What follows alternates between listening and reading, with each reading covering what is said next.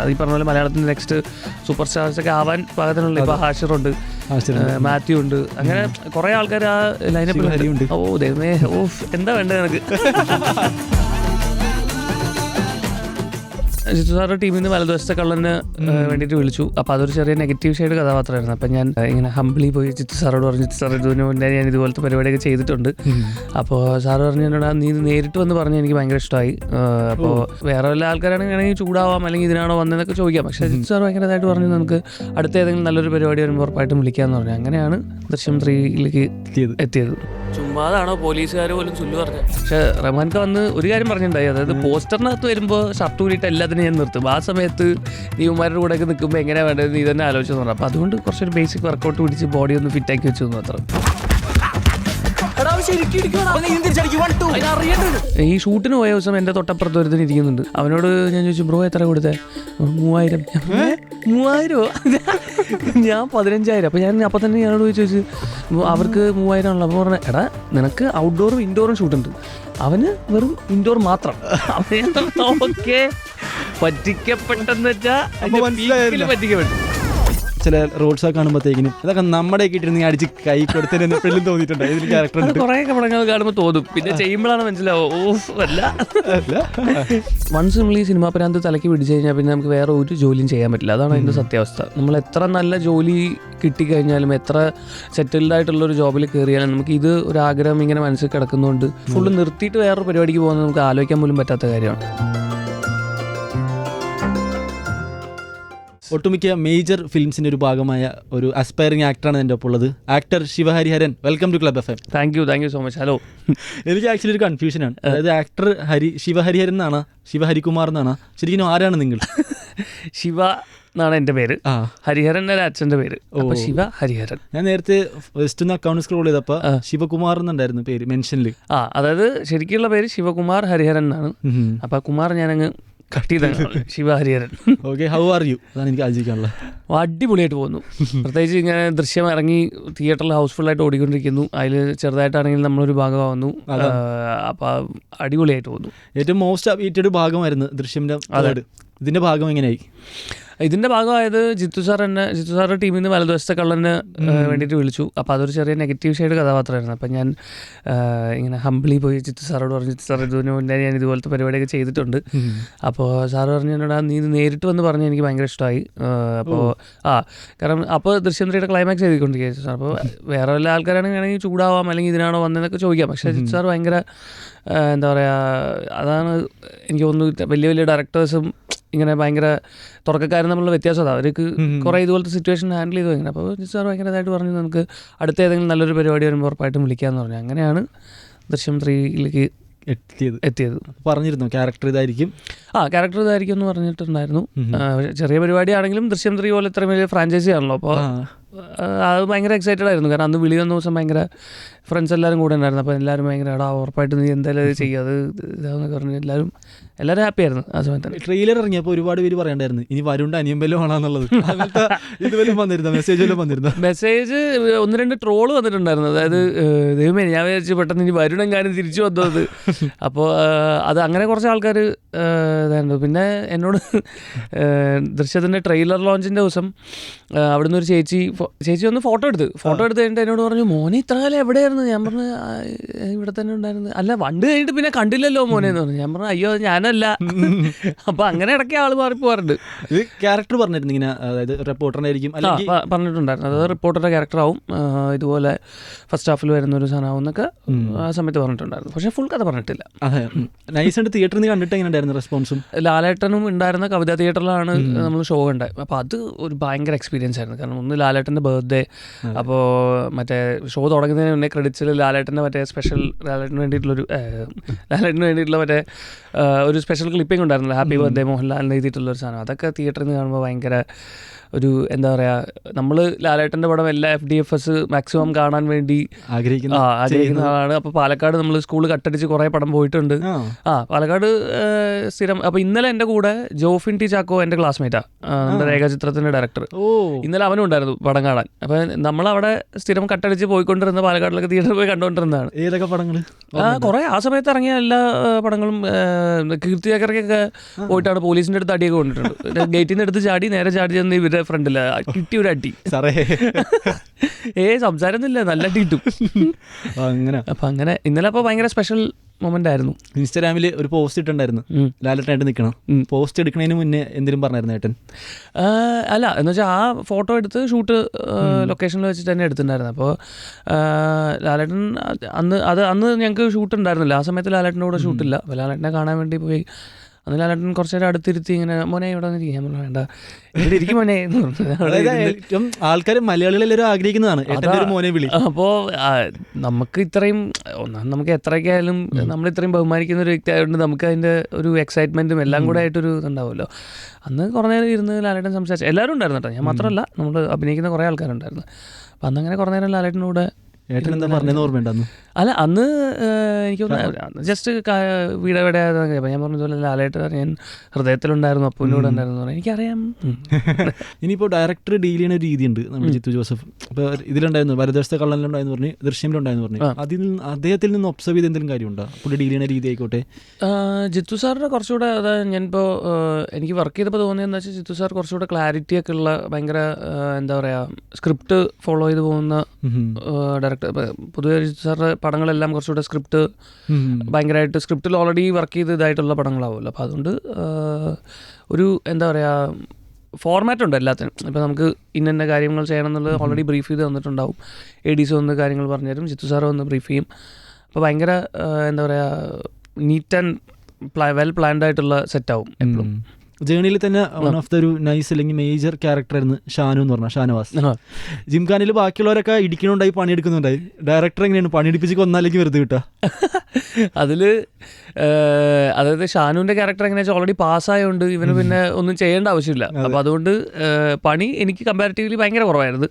ഇവന്മാരൊക്കെ ഇത്രയും ചത്തുകുത്തി മറ്റേ ബോക്സിങ്ങും അതും ഇതൊക്കെ പഠിച്ചുകൊണ്ടിരിക്കുമ്പോഴൊക്കെ നമ്മളവിടെ ചില്ല് ചെയ്തുകൊണ്ടിരിക്കുക. എനിക്കും ബേബി ജീനും ബോക്സിംഗ് ഇല്ല ഒന്നുമില്ല, നമ്മൾ സുഖമായിട്ട് ചില്ല് ചെയ്തുകൊണ്ടിരിക്കുന്നു. പക്ഷെ റഹ്മാൻക്ക് വന്ന് ഒരു കാര്യം പറഞ്ഞിട്ടുണ്ടായി, അതായത് പോസ്റ്ററിനകത്ത് വരുമ്പോൾ ഷർട്ട് ഊരിയിട്ട് എല്ലാത്തിനും ഞാൻ നിർത്തും. ആ സമയത്ത് നീ ഇവന്മാരുടെ കൂടെയൊക്കെ നിൽക്കുമ്പോൾ എങ്ങനെയാണ് വേണ്ടത് നീ തന്നെ ആലോചിച്ചു പറഞ്ഞു. അപ്പോൾ അതുകൊണ്ട് കുറച്ചൊരു ബേസിക് വർക്കൗട്ട് പിടിച്ച് ബോഡി ഒന്ന് ഫിറ്റാക്കി വെച്ചു മാത്രം. ആൾ പേടിപ്പിക്കുമോ? അല്ലെങ്കിൽ പേടിപ്പിക്കും.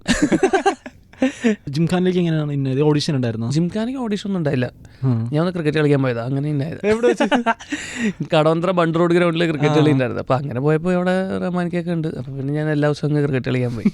അപ്പോൾ പിന്നെ ഞാനൊന്നും കാര്യമായിട്ടൊന്നും പറഞ്ഞു, ഞാൻ മറ്റേ ഇതിന് മുന്നേ സിനിമ ചെയ്തിട്ടുണ്ടെന്നോ അങ്ങനെയൊന്നും ഞാൻ പറഞ്ഞില്ല. റഹ്മാനിക്കൊക്കെ അറിയൊന്നുമില്ല എന്നുണ്ട്. എന്നോട് പറഞ്ഞ് ഞാൻ ഇതുപോലെ ലാസ്റ്റ് കാസ്റ്റിംഗ് ഒക്കെ നടന്ന് അപ്പോൾ ഇങ്ങനെ റഹ്മാൻക്ക് ഓരോരുത്തരെയും ഗ്രൗണ്ടിലേക്കാണ് വിളിക്കുന്നത്. അപ്പോൾ ഫ്രാങ്കോനെ ഗ്രൗണ്ടിൽ വിളിച്ചിട്ടുണ്ടായിരുന്നു. അപ്പോൾ എല്ലാവരും ക്രിക്കറ്റ് കളി ടൈമിൽ വിളിച്ചിട്ടാണ്. അപ്പോൾ ഇങ്ങനെ കാസ്റ്റിംഗ് നടക്കുന്നത്. അപ്പോൾ ഞാൻ പറഞ്ഞു റഹ്മാൻക്ക് എന്തെങ്കിലും പരിപാടി ഉണ്ടെങ്കിൽ നോക്കട്ടെ ഇങ്ങോട്ട്. അപ്പോൾ ഇത് കഴിഞ്ഞ് കുറച്ച് ഒരു 2 മാസം എന്തോ ക്രിക്കറ്റ് കളിച്ച് കഴിഞ്ഞിട്ടാണ് ഞാൻ പറഞ്ഞത് ഞാൻ ഇന്ന പടത്തിലൊക്കെ ചെയ്തിട്ടുണ്ട്. നീ അഭിനയിച്ചിട്ടുണ്ടാ ഇതിന്? അപ്പോൾ എന്നിട്ട് പിന്നെ ഞാൻ ഞാനാന്ന് പറഞ്ഞിട്ടൊരു മ്യൂസിക് വീഡിയോ ഒക്കെ ഇറങ്ങിയിട്ടുണ്ടായിരുന്നു. അപ്പോൾ അതൊക്കെ കാണിച്ചു കൊടുത്ത് പിന്നെയാണ് അങ്ങനെ ക്രിക്കറ്റ് കളിച്ചിട്ടാണ് അതിലോട്ട് കാസ്റ്റായ. ശരി. അപ്പോൾ ഇത് ഹോട്ടൽ റൂമിൽ നിന്നല്ല ടർഫിൽ നിന്നാണ് എടുത്തത്? ടർഫ് അല്ല, ഗ്രൗണ്ട്, ബണ്ട് റോഡ് ഗ്രൗണ്ട്. ഓ, മറ്റേ വലിയ ഗ്രൗണ്ട് പാലത്തിന്റെ അടുത്ത്. അത് ശരി. അവിടുന്ന് അവിടെ കളിയില്ല. ആ പടത്തിലെ ഏറ്റവും ഒരു സീൻ ഇഷ്ടമുള്ള സീൻ വെച്ചാൽ ആർപ്പോ വിളിയാണ്. ഓരോരുത്തർ വരുമ്പോ എത്ര പ്രാവശ്യം ആർപ്പോ വിളിച്ചായിരുന്നു? കുറേ വട്ടം. കാരണം റഹ്മാൻക ഇത് പ്ലാൻ ടൈമിൽ തന്നെ ഇങ്ങനെ പറയുന്നുണ്ട്, നിങ്ങളുടെ എൻട്രി അതായത് ക്രിഞ്ച് അടിക്കുകയും വേണം എന്നാൽ ഗ്രാൻഡ് ആവുകയും വേണം. അങ്ങനത്തെ ഒരു സാധനം നമ്മളിങ്ങനെ പണ്ട് മുതലേ ഇങ്ങനെ പ്ലാൻ ചെയ്തുകൊണ്ടിരിക്കുന്നുണ്ട്. അപ്പോൾ അതാണ് ഇങ്ങനെ ആർപ്പോ ഇറോ ഈ സാധനത്തിലേക്ക് എത്തി. അപ്പോൾ എല്ലാവരും നിങ്ങൾ ഈ പാട്ട് പഠിച്ചു വെച്ചോന്ന് പറഞ്ഞ്. അപ്പോൾ എനിക്കൊന്ന് കാർത്തിയുടെ എൻട്രിയാണ് ഏറ്റവും ഫസ്റ്റ് എൻട്രി. അതിൽ തന്നെ എൻട്രിയൊക്കെ ഇതായി. അതുകൊണ്ട് പിന്നെ ഇട്ടി കൊണ്ടൊക്കെ മറ്റേ വാള് വെക്കലാണല്ലോ. അത് കഴിഞ്ഞ് പിന്നെ പക്ഷെ അത് ഷൂട്ട് ചെയ്യുമ്പോഴും ഭയങ്കര രസമാണ്. കാരണം അവിടെ ശരിക്കും ക്രൗഡ് ഉണ്ട്. അവർ മുമ്പിൽ നിന്നിട്ടാണ് നമ്മൾ ഈ പാട്ട് പാടുന്നത്. അപ്പോൾ അത് ഫിയർ ഉണ്ടായിരുന്നു അവിടെ വെച്ച്? ഫിയർ ഒന്നുമില്ല, എന്തായാലും അലമ്പാക്കണല്ലോ. അപ്പൊ പിന്നെ അടിപൊളി. അപ്പൊ ഈ ഒലക്കേടി ഷാനു ആ സാധനത്തിന്റെ പേരൊക്കെ പറഞ്ഞിരുന്നു? അല്ലെങ്കിൽ ഒലക്ക എങ്ങനെയോ കയ്യിൽ വന്ന് പെട്ടാണ്. പിന്നെ എന്താ വെച്ച് കഴിഞ്ഞാൽ എന്റെ സെറ്റിൽ തന്നെ ഇപ്പോൾ അത് ഒലക്കയും കൊണ്ട് ഇപ്പൊ ലാസ്റ്റ് ആയിട്ട് ADs ഒക്കെ പറയുകയാണെങ്കിൽ ഒലക്കയാണ് ക്യാരക്ടർ, ഞാൻ അതിനെ കൊണ്ടു നടക്കുന്ന ഒരു ആത്മാവ്, അത്രേ ഉള്ളൂ. അങ്ങനെ കാരണം ഒലക്ക ഇതിലിപ്പോൾ വേറെ ആർക്കും ആ ഒലക്ക പിടിക്കുക എന്ന് വെച്ചാൽ എല്ലാവർക്കും ബോക്സിങ്ങിന് റിംഗ് കയറണം. അപ്പോൾ എൻ്റെ കയ്യിലാണ് ബാഗും ഒലക്കയും തോർത്തും എല്ലാം എൻ്റെ കയ്യിലായി. അപ്പോൾ ഈ ഒലക്ക ഫുൾ ടൈം കയ്യിൽ തന്നെ ആയി. അപ്പോൾ പിന്നെ ഒലക്ക ഷാനു എന്നായി അങ്ങ് മൊത്തത്തിൽ ലാസ്റ്റ്. ഒലക്ക ഇതിനു വേണ്ടി ഒപ്പിച്ചാണ്. ഇത് നമ്മൾ +2 അതിന് ചെറിയൊരു ബാക്ക് സ്റ്റോറി സിനിമയിലൊന്നുമില്ല. നമ്മൾ +2 അതായത് സ്കൂൾ ടൈമിൽ ഓൾറെഡി ചെയ്ത പ്രോഗ്രാം, നമ്മൾ സ്റ്റേജിൽ ചെയ്ത പ്രോഗ്രാം തന്നെയാണ് നമ്മൾ ഇവിടെ ചെയ്യുന്നത്. അങ്ങനെ ഇപ്പോൾ അതേപോലെ തന്നെ കഴിഞ്ഞ വർഷം ഇറങ്ങിയ വേറൊരു പടം കൂടെ ആയിരുന്നു ബൾട്ടി. രണ്ടിലും ആക്ച്വലി മേജർ സാധനം എന്ന് പറഞ്ഞാൽ സ്പോർട്സ് റിലേറ്റഡ് പടമാണ് രണ്ടും. അതിൽ ഇടിയുമാണ്. ഏറ്റവും കൂടുതൽ പണിയെടുത്ത് ഈ പടത്തിലാണ്. ബൾട്ടിയിലാണ്. ബൾട്ടി അല്ല, എനിക്ക് പണി കൂടുതൽ ബൾട്ടിയിലായിരുന്നു. കാരണം ജിംഖാനയിൽ ഫൈറ്റും ബോക്സിങ്ങും എനിക്ക് ഇല്ലാത്തതുകൊണ്ട് ഞാൻ കുറച്ച് സേഫ് ആയിരുന്നു. അപ്പോൾ ബൾട്ടിയിൽ എന്താണെന്ന് വെച്ച് കഴിഞ്ഞാൽ കബഡി ട്രെയിനിങ് ഉണ്ടായിരുന്നു, പാർക്കോർ ട്രെയിനിങ് ഉണ്ടായിരുന്നു. പിന്നെ അത്യാവശ്യം എനിക്ക് തോന്നുന്നു ഫൈറ്റ് 3 ഫൈറ്റ് എങ്ങാണ്ടുണ്ടല്ലോ നമ്മൾ ഹോട്ടൽ ഫൈറ്റ് ഇത് അങ്ങനെ 3-4 ഫൈറ്റ് ഉണ്ട്. അപ്പോൾ അതെല്ലാം അത്യാവശ്യം ഭയങ്കര ഇവൻ ഡയറക്ടർ ഉണ്ണി എൻ്റെ കൂട്ടുകാരനാണ്. അവനെന്ന് വെച്ചാൽ എല്ലാ ഫൈറ്റും റോ ആയിട്ട് വേണമെന്നൊക്കെ, മാസ്റ്റർ ആണെങ്കിലും എല്ലാവർക്കും അത് റോ ആയിട്ട് വേണമെന്ന് ഭയങ്കര ആഗ്രഹം ഉണ്ടായിരുന്നു. അപ്പോൾ നമ്മൾ കുറേ ഫൈറ്റൊക്കെ ആ സോഡ ഫാക്ടറിയിലത്തെ ഫൈറ്റൊക്കെ താഴെ മാറ്റില്ലാതെയാണ് ചെയ്തത്. അപ്പോൾ ആ ഫൈറ്റൊക്കെ കഴിഞ്ഞിട്ട് ഒരു 1-2 ദിവസം നമുക്ക് അനങ്ങാൻ പറ്റില്ല. അപ്പോൾ അത് അത്യാവശ്യം നല്ല പണിയായിരുന്നു ബൾട്ടി. ഇപ്പോൾ ഫൈറ്റും ഉണ്ടായിരുന്നു, പാർക്കോറും ഉണ്ടായി, കബഡി ഉണ്ടായിരുന്നു പറഞ്ഞു. ഇതിൽ പഠിച്ച ഐറ്റംസ് ഇതൊക്കെയാണ്. പാർക്കോറും കബഡിയൊക്കെ പഠിച്ചായിരുന്നു. പാർക്കോർ എന്ന് വെച്ച് കഴിഞ്ഞാൽ നമുക്ക് ഒന്നുമില്ല. ഇപ്പോൾ ഈ ഫ്ലിപ്പ് അങ്ങനത്തെ കാര്യങ്ങളൊക്കെ നമ്മൾ ബാക്ക് ഫ്ലിപ്പ്, ഫ്രണ്ട് ഫ്ലിപ്പ് ഒക്കെ ആ സമയത്ത് പഠിച്ചു വെച്ചിട്ടുണ്ടായിരുന്നു. പിന്നെ കുറേ ഈ ചാട്ടം അങ്ങനത്തെ അതിനകത്ത് അങ്ങനെ കുറേ, ഇപ്പോൾ എൻ്റെ സ്കോർപ്പിയോൺ കിക്കായിരുന്നു അതിനകത്ത്. അപ്പോൾ അതൊക്കെ നമ്മൾ അവിടെ നിന്നാണ്. അതിനുള്ള ഒരു ഫ്ലെക്സിബിലിറ്റി വേണമല്ലോ, ഒരു ബേസിക് ഫ്ലെക്സിബിലിറ്റി. അതിന് വേണ്ടിയിട്ട് അതൊക്കെ പഠിച്ചു വെച്ചു. ഇപ്പോൾ കബഡി കളിക്കാൻ വിളിച്ചു കഴിഞ്ഞാൽ പറ്റൂല. നമുക്ക് അതെങ്ങനെയെങ്കിലൊക്കെ അഭിനയിച്ച് ഒപ്പിക്കാന്നല്ലാതെ ആ പരിപാടിക്കൊന്നും നിൽക്കരുത്. അത് ശരി. ബിൽഡിംഗ് ചാടാൻ പറ്റും? ഇപ്പോൾ പാർക്കർ പഠിച്ചുകൊണ്ട് ചോദിക്കണേ. അല്ല, ബിൽഡിംഗ് അങ്ങോട്ടും ഇങ്ങോട്ടും ചാടാൻ പറ്റും? അതൊന്നും ചാടാൻ പറ്റൂല. പിന്നെ ഇതെന്തുകൊണ്ട് പാർക്കർ? അല്ല, പാർക്കർ അതേ ഞാൻ പറഞ്ഞു, ചുമ്മാ ബേസ് മാത്രം പഠിച്ചു വെക്കുന്നു. പിന്നെ ഇതൊക്കെ ഒരു മേക്ക് ബിലീഫ് അല്ലേ, അല്ലാതെ ഇതൊന്നും ശരിക്കും ചെയ്യാൻ നിൽക്കരുത്. എന്തിനാണ് വെറുതെ? അല്ല, ഇനി ഇതങ്ങനെ കണ്ടിട്ട് ഏതെങ്കിലും ഒരു സ്റ്റണ്ടിനാലും വിളിച്ചാലേ, ആക്ഷൻ ഫിലിമിന് വിളിച്ചു കഴിഞ്ഞാൽ? ആക്ഷൻ ഫിലിമിൽ വിളിച്ചു കഴിഞ്ഞാൽ ചെയ്യാം. അവിടെ പോകുമ്പോൾ അവർക്ക് മനസ്സിലാവും നമ്മളെ കൊണ്ട് ചെയ്യാൻ പറ്റുന്നില്ല. അപ്പോൾ പിന്നെ ഡ്യൂപ്പിന് വെച്ചോളൂ. കാരണം പരസ്യം ചെയ്യുന്നത് അല്ലു അർജുൻ്റെ ഒപ്പമാണ്. പരസ്യത്തിന് പക്ഷെ ശരിക്കും അതിനകത്ത് നമ്മൾ എന്താ പറയുക, ബിൽഡിങ്ങിന്റെ മേളിൽ കയറൽ പരിപാടി, റോപ്പൊക്കെ ഉണ്ട്. അതൊക്കെ നമ്മൾ തന്നെ ചെയ്യുന്നുണ്ട്. അതിന് നമുക്ക് ഡ്യൂപ്പും പരിപാടിയൊന്നും ഉണ്ടായിരുന്നില്ല. അതെല്ലാം അതിനകത്തും ഒരു ബിൽഡിങ്ങിലത്തെ ഒരു ഫിലിമുണ്ട്. 3 ഫിലിം ഉണ്ടായിരുന്നു, മൊത്തം 3 ആഡ് ഫിലിം ഉണ്ടായിരുന്നു. അതിൽ ഒരെണ്ണം ഈ ബിൽഡിങ്ങിന്റെ മുകളിൽ നമ്മളെല്ലാവരും ഒരു മറ്റേ ആജ് കുച്ച് തുഫാനിയാണല്ലോ. തൂഫാനി ചെയ്യാൻ വേണ്ടി ബിൽഡിങ്ങിന്റെ താഴത്ത് പോയി നിൽക്കുന്നു, ബിൽഡിംഗ് കൂട്ടി കിടക്കുന്നു. നമ്മൾ തൂഫാനിയാക്കാൻ വേണ്ടി നേരെ മേളിലോട്ട് പിടിച്ച് കയറുന്നു. എന്നിട്ട് മുകളിൽ പോയി തംസപ്പ് കുടിക്കലാണ് ആ ആഡിൻ്റെ തന്നെ. അപ്പോൾ അതിൽ റോപ്പൊക്കെ ഇട്ട് അടിച്ച് തൂഫാനായി ഫുള്ള് നേരെ പിടിച്ച് ചാടിക്കയറ്റവും അങ്ങനത്തെ പരിപാടിയൊക്കെ, അതൊക്കെ നമ്മളെല്ലാവരും സ്വന്തമായിട്ട് തന്നെ ചെയ്താൽ. അല്ലു അർജുൻ്റെ കൂടെ അഭിനയിച്ചപ്പോൾ എങ്ങനെ ഉണ്ടായിരുന്നു? പുള്ളി എങ്ങനെയാണ് ആള്? പുള്ളി ഈ പറഞ്ഞ പോലെ ഒരു സ്വാഗൊക്കെ, പുള്ളി വരുമ്പോൾ തന്നെ ഒരു സ്വാഗിലാണ് പുള്ളി വരുന്നത്. നമ്മൾ എന്താ പറയുക, നമ്മൾ ഇത്രയും കാലമായിട്ട് കുറേ സിനിമകൾ, ഇപ്പോൾ ഹാപ്പി ആണെങ്കിലും ആര്യ ആണെങ്കിലും എല്ലാം നമ്മൾ കണ്ട് ഭയങ്കരമായിട്ട് ആരാധിക്കുന്ന ഒരു വ്യക്തിയാണല്ലോ. അപ്പോൾ നേരിട്ട് കാണുമ്പോൾ തന്നെ നമ്മളൊരു എന്താ പറയുക, ഇത്ര വലിയൊരു സ്റ്റാറാണ്. ഇപ്പോൾ പുഷ്പയൊക്കെ കഴിഞ്ഞിട്ട് പുള്ളി ആഡ് പുഷ്പമായിട്ടല്ല, അത് കഴിഞ്ഞ വർഷത്തെ ക്യാമ്പയിനാന്ന് തോന്നുന്നു. ഈ വർഷം അങ്ങനെ മുടിയൊക്കെ വെട്ടിയിട്ട് തന്നെയുള്ള, ഇപ്പം അറ്റ്ലി പടത്തിൻ്റെ ആണല്ലോ ഷൂട്ട് നടന്നുകൊണ്ടിരിക്കുന്നത്. അപ്പോൾ അതിൻ്റെ ലുക്കിലായിരുന്നു. അപ്പോൾ അങ്ങനെ വന്ന്, പക്ഷേ അതായത് പറഞ്ഞു, പുള്ളി ഭയങ്കര കൂടുതലുള്ള കോആർട്ടിൻസും കംഫർട്ടാക്കിയൊക്കെ ചെയ്യുന്ന അങ്ങനത്തെ ഒരു അടിപൊളിയായിരുന്നു, അടിപൊളി എക്സ്പീരിയൻസ്. അധികം ടൈം ഉണ്ടായിരുന്നു പുള്ളിയോടൊപ്പം സ്പെൻഡ് ചെയ്യാൻ? ഇല്ല, എന്ന് വെച്ചാൽ 3 ദിവസത്തെ ഷൂട്ട് ഉണ്ടായിരുന്നു. അതിൽ 2 ദിവസം അതേ ഉണ്ടായിരുന്നു. പുള്ളി എന്തെങ്കിലും പറഞ്ഞു തന്നായിരുന്നു? അല്ലെങ്കിൽ ഞാൻ പുള്ളിയെ കുറിച്ചൊരു സംഭവം കേട്ടായിരുന്നു. ആക്ച്വലി റൂമറാണെന്നാണ് കേട്ടത്. അതായത് പുള്ളിക്ക് വലിയ കുറച്ച് ഡിമാൻഡ്സ് ഉണ്ടെന്ന് ഇങ്ങനെ പറഞ്ഞായിരുന്നു. ഇല്ല, അതാ ഞാൻ പറഞ്ഞത്, അതുകൊണ്ടാണ് ആ പോസ്റ്റ് ഇട്ടത്. കാരണം ഞാൻ ഈ ഫോട്ടോ ഇട്ടപ്പോൾ തന്നെ കുറേ തെലുഗു ഓഡിയൻസ്, അതായത് അവരുടെ ഫാൻസ്, അല്ലു അർജുൻ്റെ ഫാൻസ് ആയിട്ടുള്ള ആൾക്കാർ, കുറേ ആൾക്കാർ ഇതുപോലെ message, bro at least put a comment bro, you have worked with him എന്നൊക്കെ പറഞ്ഞിട്ട് കുറേ മെസ്സേജ് വന്നു. അപ്പോൾ ഞാൻ നമുക്ക് അങ്ങനെ ഇൻസ്ട്രക്ഷൻ കിട്ടുക, അങ്ങനെ പുള്ളിയെ കാണാൻ പാടില്ല, സംസാരിക്കാൻ പാടില്ല, അങ്ങനെയൊന്നുമില്ല. പുള്ളി നോർമലായിട്ട് വരും.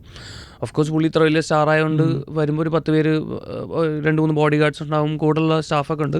അതല്ലാതെ നമുക്കിപ്പോൾ പുള്ളിയോട് സംസാരിക്കാൻ മറ്റേ 42 റൂളൊക്കെ തന്നിട്ട് ഇതൊക്കെ ചെക്ക് ചെയ്താലേ അങ്ങനെയൊന്നും, അതൊന്നും അങ്ങനെയൊന്നുമില്ല, അത് ചുമ്മാ പറയുന്നത്. ബൾട്ടിലാസ് ആക്ടർ നമുക്കറിയാം, കാസ്റ്റിംഗ് ഡയറക്ടറും കൂടെ ആയിരുന്നു കേട്ടു. പറഞ്ഞിരുന്ന 2 മണി കൂടി എടുക്കേണ്ടി വരും. അത് കാസ്റ്റിംഗ് ഡയറക്ടറായിട്ടല്ല, അതെന്താ വെച്ച് കഴിഞ്ഞാൽ ഞാൻ പറഞ്ഞല്ലോ, ഇവൻ റൂംമേറ്റ് ആണ്, കൂട്ടുകാരനാണ്. അപ്പോൾ സിനിമ ഞങ്ങൾ എല്ലാവരും ഒരുമിച്ച് ഒരു റൂമിൽ പോണേക്കര റൂമിലായിരുന്നു നമ്മളെല്ലാവരും നിന്നുകൊണ്ടിരുന്നത്. അപ്പോൾ അങ്ങനെ നമ്മുടെ കൂട്ടത്തിൽ നിന്ന് വരുന്ന ആദ്യത്തെ ഇൻഡിപെൻഡൻറ്റ് ഡയറക്ടറാണ് ഉണ്ണി ശിവലിംഗം. അപ്പോൾ അവൻ തന്ന പണിയാണ്. നമ്മൾ ഫ്രണ്ട്സ് എല്ലാവരും ഉണ്ടായിരുന്നു ഓഡിഷൻ നടത്താൻ വേണ്ടിയിട്ട് പാലക്കാട് വെച്ചിട്ട് എല്ലാവരും കൂടെ ഹെൽപ്പ് ചെയ്തു എന്നുള്ളത്, അല്ലാതെ കാസ്റ്റിംഗ് ഡയറക്ടറായിട്ട് വർക്ക് ചെയ്തിട്ടില്ല. ഓഡിഷനപ്പോൾ കൊടുത്തായിരുന്നു ബൾട്ടിയിൽ? അല്ല, ഓഡിഷൻ ആയിട്ടൊന്നും ഉണ്ടായിരുന്നില്ല, കാരണം ജിംഖാനൊക്കെ കഴിഞ്ഞിട്ടാണല്ലോ. അപ്പോൾ പിന്നെ പറഞ്ഞായിരുന്നു അതിന് ഓഡിഷൻ ഒന്നും വേണ്ടി വന്നില്ല. അപ്പോൾ ബൾട്ടിയുടെ ഷൂട്ട് എത്ര ദിവസം ഉണ്ടായിരുന്നു? ബൾട്ടിയുടെ ഷൂട്ട് 92 ദിവസം. തമിഴ്നാട് പാലക്കാട് ബോർഡർ ആയിരുന്നു. പാലക്കാട് ബോർഡറിൽ. ഷെയ്നായിട്ടപ്പോൾ എങ്ങനെയാണ് റാപ്പ് വർക്ക് ചെയ്തെടുത്തത്? ഷെയ്നും ബൾട്ടിയും ജിംഖാന പോലെ എന്താ ഗുണം എന്ന് വെച്ച് കഴിഞ്ഞാൽ നമുക്ക് ഈ ട്രെയിനിങ്ങും ഒക്കെ ഉള്ളതുകൊണ്ട് നമുക്ക് ആൾക്കാരെ നേരത്തെ പരിചയപ്പെടാം. അവരായിട്ടൊരു റാപ്പോ ക്രിയേറ്റ് ചെയ്യാനുള്ള ഒരു ടൈം കിട്ടുമല്ലോ. നമുക്കിപ്പോൾ ഒരാളെ നമ്മൾ പെട്ടെന്ന് സെറ്റിൽ പോയിട്ട് ഒരാളായിട്ട് കമ്പനി ആവുന്നു, നമ്മൾ നേരത്തെ അറിയുന്ന ആൾക്കാർ വരുമ്പോഴുള്ളൊരു വ്യത്യാസം ഉണ്ടല്ലോ. അപ്പോൾ അങ്ങനെ ബൾട്ടിക്കും 3 മാസം ഈ പറഞ്ഞ കബഡി ട്രെയിനിങ് ഉണ്ടായിരുന്നു, പാർക്കോറിൻ്റെ ട്രെയിനിങ് ഒക്കെ. ആ സമയത്തൊക്കെ എല്ലാവരും ഒരുമിച്ച് അടി കൊണ്ടുകൊണ്ടിരിക്കുകയാണല്ലോ. അപ്പോൾ അത് ആ സമയം മുതലേ എല്ലാവരും ഭയങ്കര കമ്പനിയായി. ശാന്തനു ആണെങ്കിലും ഇവിടെ വന്ന് നിന്നിട്ടുണ്ടായിരുന്നു, ജക്സൺ, അങ്ങനെ 4 പേരും ഭയങ്കര കമ്പനിയായി. അപ്പോൾ ബൾട്ടിയും അടിപൊളി എക്സ്പീരിയൻസ് ആയിരുന്നു. പടത്തിലെ റോക്സ്റ്റാർ എന്ന് പറയുന്നത് ഈ സായ അഭ്യങ്കർ ആയിരുന്നു. അഭ്യങ്കറിന്റെ ഡ്രീം ഈ പടത്തിലൂടെ. യെസ്, പുള്ളിനെ നേരിട്ട് ഒരു ഫോട്ടോ ഇട്ടുണ്ടായിരുന്നു. പുള്ളി അതെന്താ വെച്ചാൽ ചെന്നൈയിൽ സായിയുടെ അനൗൺസ്മെന്റ് വീഡിയോ ഷൂട്ട് ചെയ്യുന്ന ദിവസം ഞാൻ അങ്ങോട്ട് പോയിട്ടുണ്ടായിരുന്നു. അപ്പോൾ അങ്ങനെ അന്നെടുത്ത ഫോട്ടോ ആണത്. അപ്പോൾ അതായത് സായി അഭ്യങ്കറിന്റെ ആദ്യത്തെ സിനിമയാണ് ബൾട്ടി. അപ്പോൾ അത് എന്താ പറയുക, ജാലക്കാരിയൊക്കെ അത്യാവശ്യം ഭയങ്കര ഹിറ്റായി, കുറേ കാലം ഹിറ്റ് ലിസ്റ്റിലുണ്ടായിരുന്നു. അപ്പോൾ അങ്ങനെ അത് BGM ആണെങ്കിലും അടിപൊളിയായിട്ട് എലിവേറ്റ് ചെയ്തു. സെറ്റാണ്. ഇനി കരിയറിലേക്ക് വരാം. ഓൾമോസ്റ്റ് 10 വർഷത്തിന് മേലെ ഇൻഡസ്ട്രിയിൽ വർക്ക് ചെയ്യുന്നുണ്ട്. അപ്പോൾ ഓഡീഷൻസ് ആണെങ്കിൽ ഒരുപാട് കൊടുത്തിട്ടുണ്ടെന്ന് ഇങ്ങനെ പറഞ്ഞായിരുന്നു. എത്ര എണ്ണം കൊടുത്തതിൻ്റെ ഒരു എണ്ണം ഉണ്ടോ കയ്യിൽ? അതെ, ഞാൻ അന്ന് ആ ഇൻ്റർവ്യൂവിൽ ഏകദേശം ഒരു ഊഹക്കണക്ക് പറഞ്ഞാണ് 1200. കാരണം അത് കൊറോണ ടൈമിലൊക്കെ എന്താ വെച്ചാൽ ഓൺലൈൻ ഓഡീഷനും കൂടെ ഉണ്ട്. ഇപ്പോൾ ആഡ്സിനാണെങ്കിലും എല്ലാത്തിനും ഓൺലൈൻ ഓഡീഷൻ ഉണ്ടായിരുന്നു. വ്യത്യാസം എന്തായിരിക്കും വരും ഓൺലൈനും ഓഫ്ലൈനും വരുമ്പോൾ? ഓൺലൈനാകുമ്പോൾ നമുക്ക് തെറ്റിച്ച് വേണമെങ്കിൽ എത്ര വട്ടം വേണേൽ ചെയ്യാം. ഓഫ്ലൈനാണ് നേരിട്ടല്ലേ, അപ്പോൾ നമുക്ക് ഒരു വട്ടം തെറ്റിച്ച് കഴിഞ്ഞാൽ പിന്നെ ഒരു ചാൻസ് അല്ലേ ഉള്ളൂ. ഓൺലൈനാകുമ്പോൾ എന്താ വെച്ചാൽ നമുക്ക് ചാൻസസ് ഉണ്ട്. നമ്മൾ റെക്കോർഡ് ചെയ്തിട്ട് അയച്ചു കൊടുത്താൽ മതി ഈ സാധനം. അങ്ങനെയാണ്. ലൈവല്ല, അവർ ഒരു സ്ക്രിപ്റ്റ് അയച്ചു തരും, ആ സാധനം നമ്മൾ റെക്കോർഡ് ചെയ്തിട്ട് അയച്ചു കൊടുത്താൽ മതി. അപ്പോൾ ഇത് നമുക്ക് എത്ര വട്ടം വേണേൽ ചെയ്യാം, 10 വട്ടം 15 വട്ടം ചെയ്യാം. അപ്പോൾ അത് കുറച്ചുകൂടെ എളുപ്പ പരിപാടിയാണ്. പക്ഷെ മറ്റേ ഓഡീഷൻ എന്ന് വെച്ച് കഴിഞ്ഞാൽ നമ്മൾ അപ്പോഴത്തെ ടെൻഷൻ ഉണ്ടാവും, ഇത്ര ആൾക്കാരുണ്ടാവും. ചില ഓഡീഷനൊക്കെ എനിക്കിപ്പോൾ ഓർമ്മയുണ്ട്, ഈ മഹാരാജാസിൽ വെച്ചിട്ടൊരു ഓഡീഷൻ ഉണ്ടായിരുന്നു. അതിൽ ഫുൾ, അതായത് വന്ന പാർട്ടിസിപ്പൻസ് മുഴുവൻ നമ്മുടെ പെർഫോമൻസ് കാണും. അപ്പം അങ്ങനെയൊക്കെ ആകുമ്പോൾ ആ സമയത്ത് നമുക്ക് ചെറിയൊരു ഭയമുണ്ട്, നല്ല ഭയമുണ്ടായിരുന്നു. ഭയം ഓർക്കാൻ ഇങ്ങനെ ഇത്, കാരണം സ്റ്റാർട്ടിങ് ടൈമിൽ എല്ലാവർക്കും ഒരു അതെന്തായാലും നെർവസ്നെസ് ഉണ്ടാവും. അത് ഇപ്പം എന്ത് ജോലിയാണെങ്കിലും എന്ത് പുതിയ കാര്യം ചെയ്യുമ്പോഴും നമുക്കൊരു ഇതുണ്ടാവും. അത്രേ ഉള്ളൂ, അത് ചെയ്ത് ചെയ്തങ്ങ് ശരിയാവും. ആരോ പറ്റിച്ചിട്ടുണ്ടെന്ന് ആദ്യമായിട്ട് ഓഡീഷൻ വന്നപ്പോൾ? അത് ഓഡീഷൻ എന്ന് വെച്ചാൽ OLX-ലാണ് ഒരു കാസ്റ്റിംഗ് കോൾ കണ്ടത്. എന്ന് വെച്ചാൽ ഞാൻ ഗൂഗിളിൽ ചുമ്മാ അടിച്ച് ഇതുപോലെ കാസ്റ്റിംഗ് കോൾ അടിച്ചപ്പോൾ OLX-നകത്തൊരു കാസ്റ്റിംഗ് കോള്.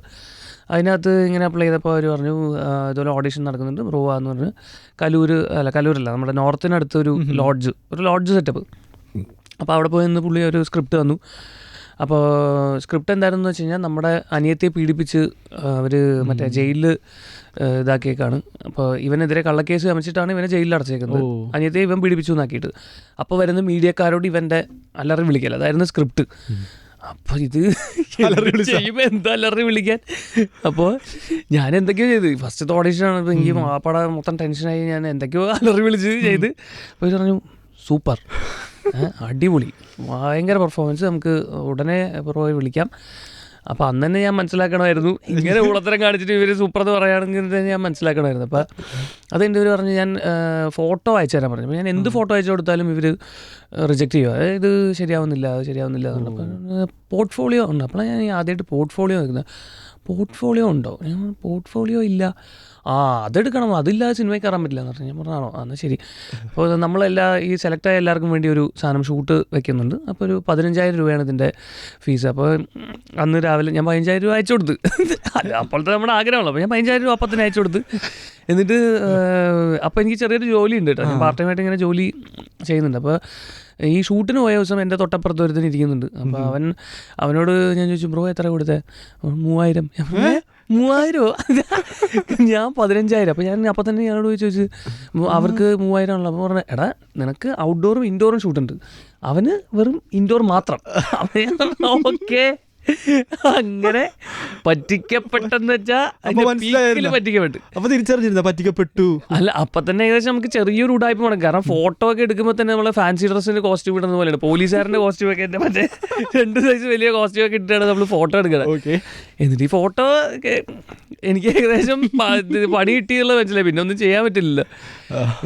ഇതൊന്നും അല്ലാതെ പുള്ളി എന്താന്ന് വെച്ച് കഴിഞ്ഞാൽ പൈസ പോയതോ പോട്ടെ, പുള്ളി എന്നോട് പറഞ്ഞ് എടാ നമുക്ക് അടുത്ത മാസമൊക്കെ ആയിട്ട് പടം തുടങ്ങും, നീ അപ്പൊ ജോലി വിടണം. ഞാനാലോചിച്ചു എടാ ദുഷ്ട, ഇത് പൈസ പറ്റിക്കലോ പറ്റിച്ച് ഇനി എന്റെ ജോലിയും കളഞ്ഞിട്ട് ചുമ്മാ. അപ്പൊ അങ്ങനെ അത് ഒരു എക്സ്പീരിയൻസ് ആയിരുന്നു. പിന്നെ എനിക്ക് കുറച്ചു കാലം പേടിയായി. പിന്നെ വീണ്ടും ട്രൈ ചെയ്തു. ഞാൻ അപ്പോൾ ഒരു വർഷം അത് കഴിഞ്ഞിട്ട് പിന്നെ ഒരു വർഷം ഞാൻ ഒന്നും ട്രൈ ചെയ്തില്ല. കാരണം ഞാൻ പാലക്കാട് നിന്ന് വന്നിട്ടാണ് ഇവിടെ വന്ന് ഓഡിഷനൊക്കെ അറ്റൻഡ് ചെയ്തത്. അപ്പോൾ വലിയ കോൺടാക്റ്റ് ഒന്നും ഇല്ല. അപ്പം അത് അങ്ങനെ ഒരു എക്സ്പീരിയൻസ്. വീട്ടിലിത് പറഞ്ഞിരുന്നു ഇങ്ങനെ ഓഡിഷന് പോവാണ്?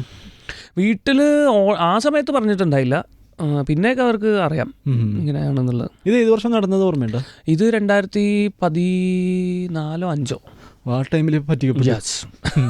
ഇപ്പോൾ ഒരുപാട് പേര് നമ്മളിത് കാണുന്നുണ്ട്. അപ്പം ലൈക്ക് സിനിമയുടെ പുറകെ 300ഓളം അല്ലെങ്കിൽ 400ഓളം പേരായിരിക്കും ഒരു ഓഡീഷൻ്റെ ഞാൻ കണ്ടുള്ളത്. ലൈക്ക് മിക്കവരും നിർത്തി പോകും. പക്ഷേ അല്ലെങ്കിൽ അവർക്ക് ഒരു മെസ്സേജ് ആയിട്ടാണ് ഞാൻ ചോദിച്ചിരുന്നത്. അല്ല അതാ ഇപ്പോൾ 300-400 എന്നല്ല. ഇപ്പോൾ എനിക്ക് ഓഡീഷനിൽ എനിക്ക് ഏറ്റവും കിട്ടിയ ഹയസ്റ്റ് ചെസ് നമ്പർ 4019. ഞാൻ എൻ്റെ ഇതിൽ കുറുപ്പിൻ്റെ ഓഡീഷൻ ഞാൻ പോയിട്ടുണ്ട്. കുറുപ്പിൻ്റെ ഓഡീഷനൊക്കെ പാലക്കാട് വെച്ചിട്ട്. അപ്പോൾ 4000 പേര് പങ്കെടുത്ത ഓഡീഷൻ അത്. പക്ഷേ എനിക്ക് എൻ്റെ 2ാമത്തെ നമ്പറായിരുന്നു കുറിപ്പ്. അപ്പോൾ അതൊക്കെ നമ്മൾ ഏകദേശം പഠിച്ചു, ഓഡീഷൻ്റെ പരിപാടി പഠിച്ച് നമ്മളൊരു 10 പേര് സ്ഥിരം പോവും. എന്നിട്ട് നമ്മൾ തന്നെ ഒരു പേപ്പറും പെന്നും കൊണ്ടുപോകും. ഞങ്ങൾ സ്ഥിരം പോകുന്ന 10 പേരുടെ പേര് ഓൾറെഡി അവിടെ എഴുതി വയ്ക്കും. എന്നിട്ട് ആ പേപ്പർ അവിടെ വയ്ക്കും. അപ്പോൾ അതിൻ്റെ താഴെ വരുന്നവർ. അപ്പോൾ നമ്മൾ ഒരു ഓഡീഷൻ പോകുമ്പോൾ നമ്മളൊരു 5:30-6 മണിയൊക്കെ ആകുമ്പോഴേക്കും നമ്മൾ ഓഡീഷൻ വെന്യൂലെത്തും. 10 മണിക്കാണ് ഓഡീഷൻ തുടങ്ങുന്നത്. കാരണം അതിൻ്റെ ഇപ്പോൾ ഈ സംഘാടകരൊക്കെ വരാൻ തന്നെ ഒരു 9 മണി ആ ടൈം ആവും. അതിന് മുന്നേ നമ്മൾ 3 പേപ്പർ ഫില്ലായിട്ടുണ്ടാവും. കാരണം ആൾക്കാർ അത്രയും വരും. അപ്പോൾ നമ്മൾ അത്രയും മറ്റേ പ്രോ ലെവലായി ഓഡിഷനിൽ തന്നെ. ഇത് കാണുന്നു. അതായത് ഇത് ആഗ്രഹമുള്ളവരൊക്കെ കൊണ്ട് എനിക്ക് പറയാനുള്ളതെന്ന് വെച്ചാൽ നമ്മൾ ട്രൈ ചെയ്തുകൊണ്ടേ ഇരിക്കുക. ഇത് ഭയങ്കര മടുപ്പിക്കുന്ന പ്രോസസ്സാണ്. നമ്മൾ കുറേ സമയം നമുക്ക് ഭയങ്കര ഇറിറ്റേറ്റഡ് ആവും, ഭയങ്കര ഡൗൺ ആയിട്ട് ഫീൽ ചെയ്യും. പക്ഷെ അപ്പോഴൊക്കെ വിടാതെ ട്രൈ ചെയ്തുകൊണ്ടിരിക്കുക, അത്രേ ഉള്ളൂ.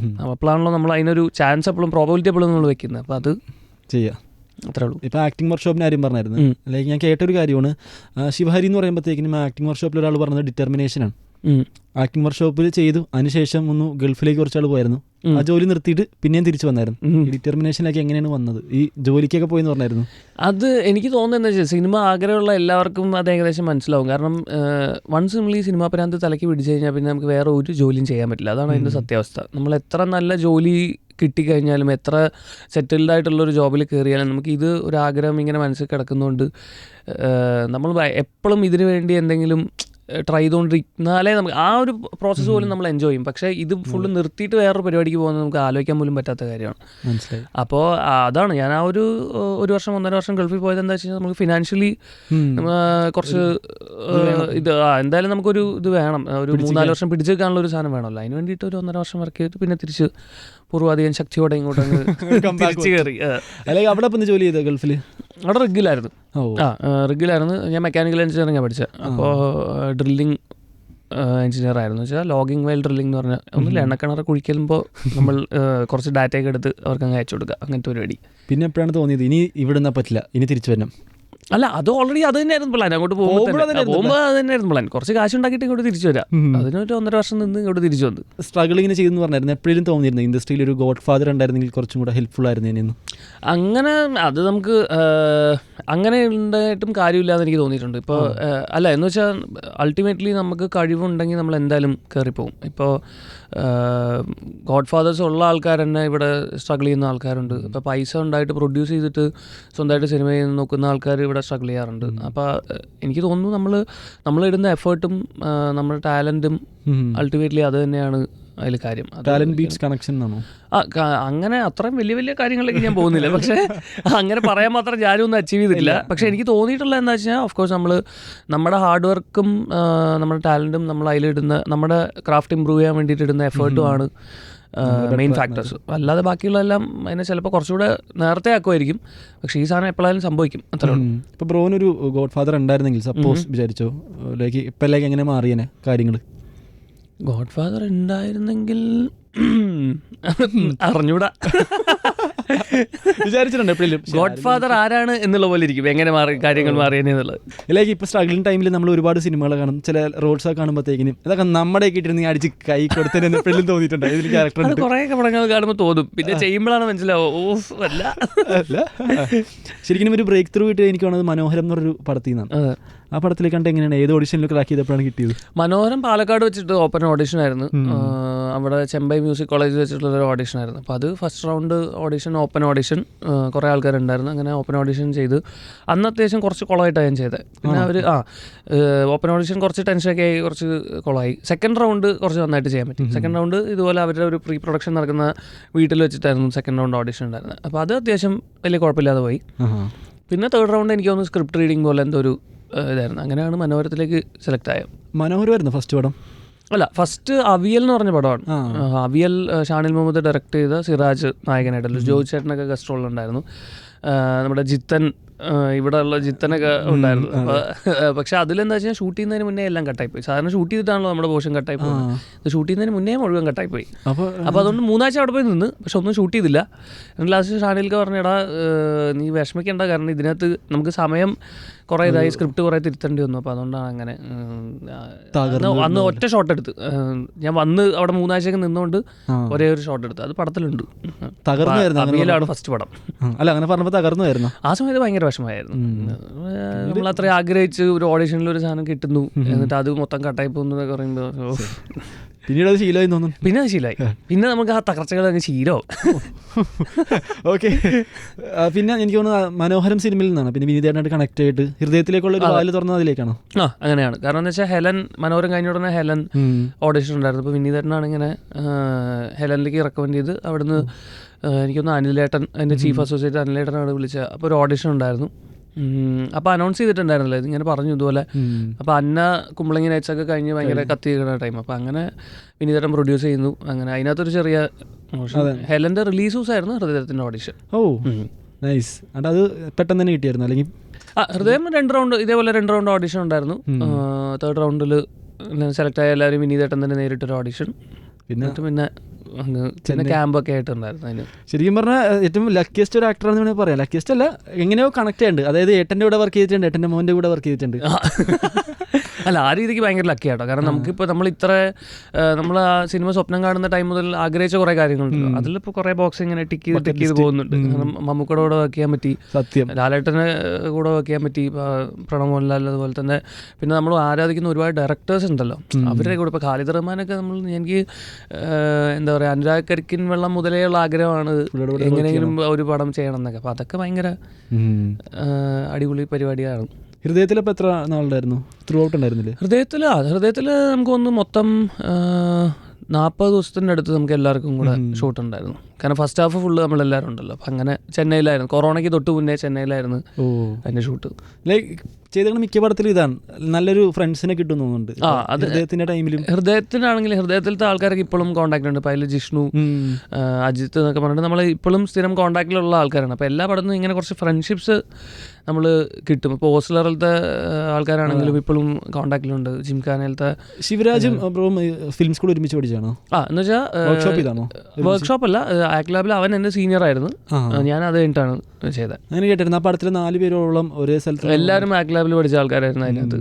സംസാരിച്ചിരുന്നു. വർക്ക്ഷോപ്പെങ്കിലും ചെയ്ത അങ്ങനത്തെ ആൾക്കാർ. അതിലത്തെ 5 പേരും ആ ഫ്ലാഷ് ബാക്ക് ബോയ്സ് എല്ലാവരും ആക്ട് ലാബിൽ പഠിച്ചിട്ടുള്ള ആൾക്കാരാണ്. എല്ലാവരും ഉണ്ടല്ലോ. ഇനിയിപ്പം നമ്മുടെ സുന്ദരൻ മോളിവുഡിൽ മാത്രമല്ല, അങ്ങ് ബോളിവുഡിലും പിടിയുണ്ട്.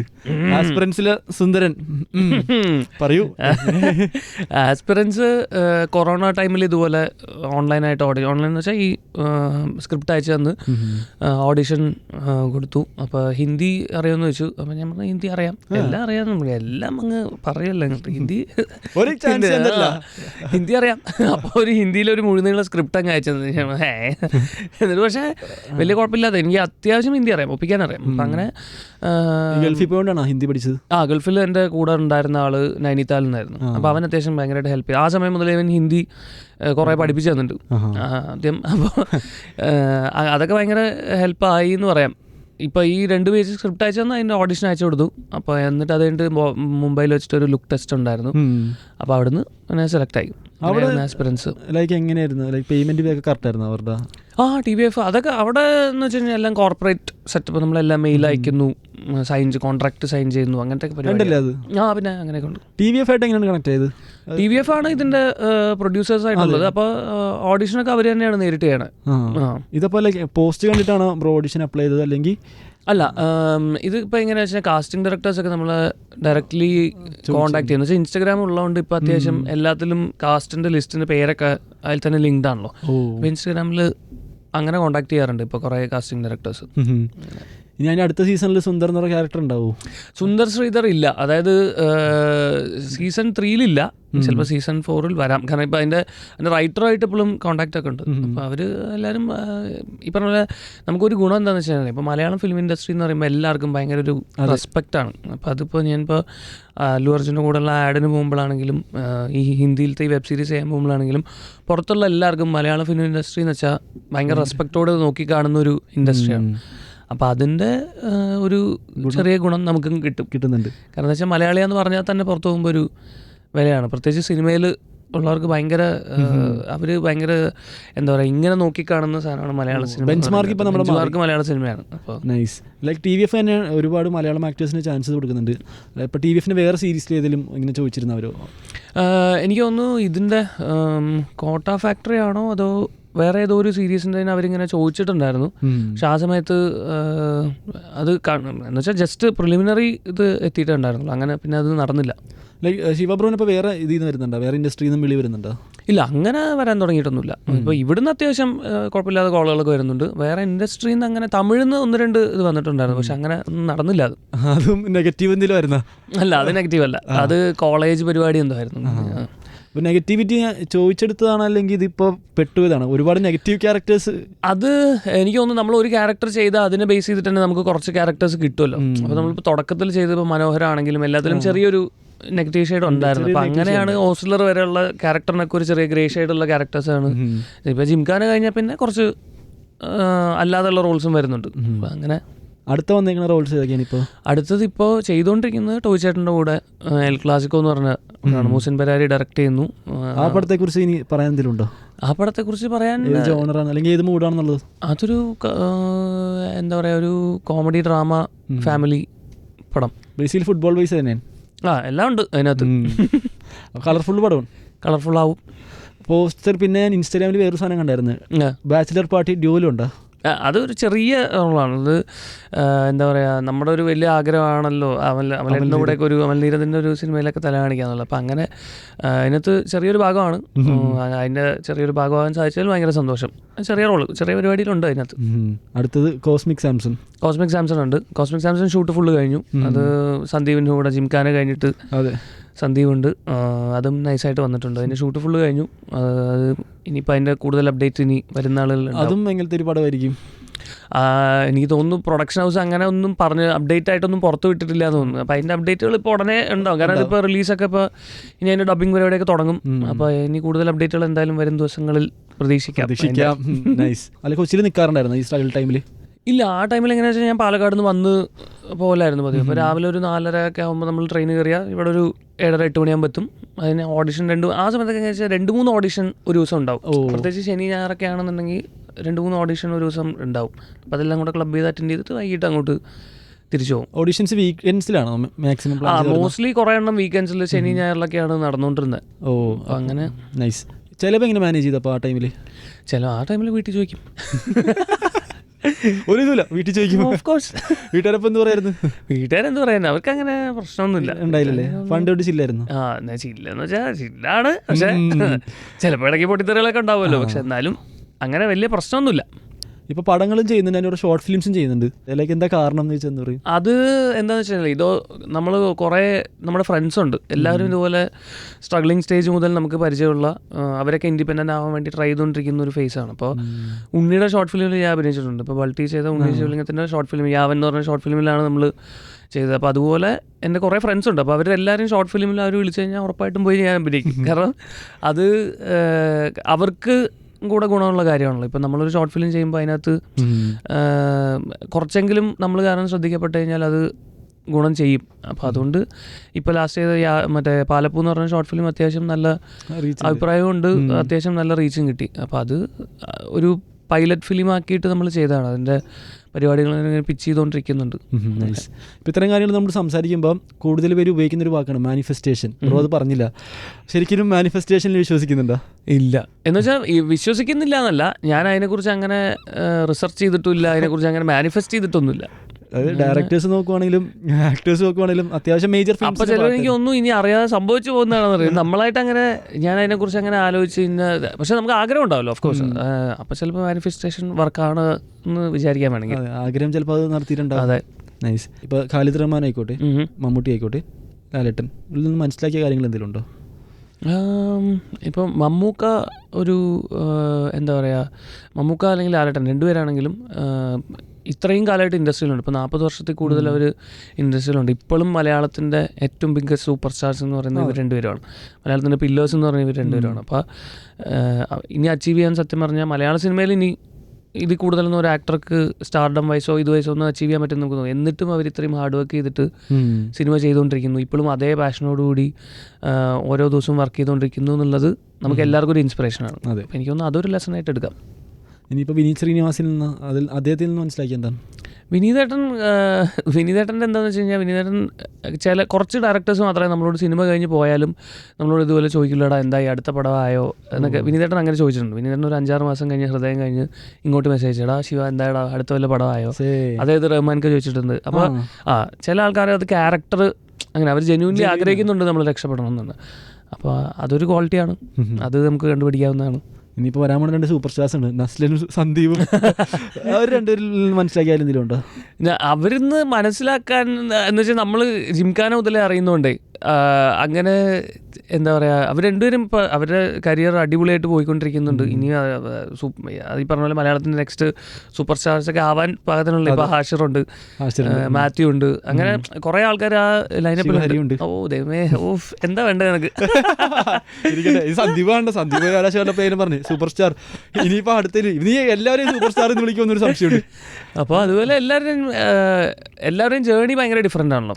അപ്പോൾ അത് ഭയങ്കര അടിപൊളിയാണ്. കാരണം ഇവർ കൂടുതലുള്ള ആൾക്കാർ ഇങ്ങനെ അവരുടെയും കൂടെ ഗ്രോത്ത് കാണുമ്പോൾ നമുക്ക് ഭയങ്കര സന്തോഷമുള്ള കാര്യമാണ്. ഭയങ്കരമായിട്ടും ഗ്രാറ്റിറ്റ്യൂഡ് വെക്കുന്ന ഒരാളാണ്. അത് നീ എവിടെ നിന്ന് കണ്ടു? അതൊക്കെ നമ്മൾ കണ്ടുപിടിച്ചു. Make A belief. ഗ്രാറ്റിറ്റ്യൂഡ് ഭയങ്കരമായിട്ട് വെക്കുന്ന ഒരാളാണ് കേട്ടിട്ടുണ്ട്. ഇപ്പോൾ പൂജോപ്പിൻ്റെ ടൈമിൽ ഒരു ഗുരുവിനെ ചെന്ന് കാണാറുണ്ട്, എപ്പോഴും എല്ലാ കൊല്ലം മുടങ്ങാണ്ട് പോയി കാണാറുണ്ടെന്ന് കേട്ട്. അത് അങ്ങനെയല്ല, അതെന്ന് വെച്ച് കഴിഞ്ഞാൽ ഇപ്പോൾ ആക്ട് ലാബിൽ ഞാൻ സത്യം പറഞ്ഞ കോഴ്സ് കഴിഞ്ഞിട്ട് പിന്നെ ആക്ട് ലാബിലോട്ട് പോയിട്ടില്ല. അപ്പോൾ സജീവ് സാറെ കാണാൻ എല്ലാ വർഷവും ആ ദിവസം ഞാൻ പോയി കണ്ടിട്ട് വരും. പ്രത്യേകിച്ച് സജീവ് സാർ ആ ജേർണിയിൽ ഭയങ്കരമായിട്ട് ഹെൽപ്പ് ചെയ്തിട്ടുള്ള ഒരാളാണ്. എനിക്ക് ഇനീഷ്യലി ഉണ്ടായിരുന്ന കുറേ നമുക്ക് ടെൻഷൻ പരിപാടികളൊക്കെ ഉണ്ടാവുമല്ലോ, എന്ന് വെച്ചാൽ സ്റ്റേജിൽ കയറാനുള്ള ഒരു സ്റ്റേജ് ഫിയർ, അങ്ങനത്തെ സാധനങ്ങളൊക്കെ മാറിയത് ഇവിടുത്തെ വർക്ക്ഷോപ്സും ഇവിടുത്തെ എക്സസൈസൊക്കെ ചെയ്തിട്ടാണ്. അത് നമ്മുടെ ജേർണിയിൽ ഓഫ് കോഴ്സ് നമ്മൾ ഭയങ്കര ഹെൽപ്പ് ചെയ്തിട്ടുള്ളൊരു കാര്യമാണ്. അപ്പോൾ അതിൻ്റെ ഒരു ഗ്രാറ്റിറ്റ്യൂഡ് എപ്പോഴും ഉണ്ടാവും. സൂപ്പർ. മേജർ ഫിലിംസിൻ്റെ ഭാഗമായിരുന്നു ഞാൻ പറഞ്ഞായിരുന്നു. ഇനി ചെയ്യാൻ പോകുന്ന എല്ലാ സിനിമ മേജർ ഹിറ്റായി മാറട്ടെ. Thank you so much Shiva bro for coming to club FM. Thank you so much.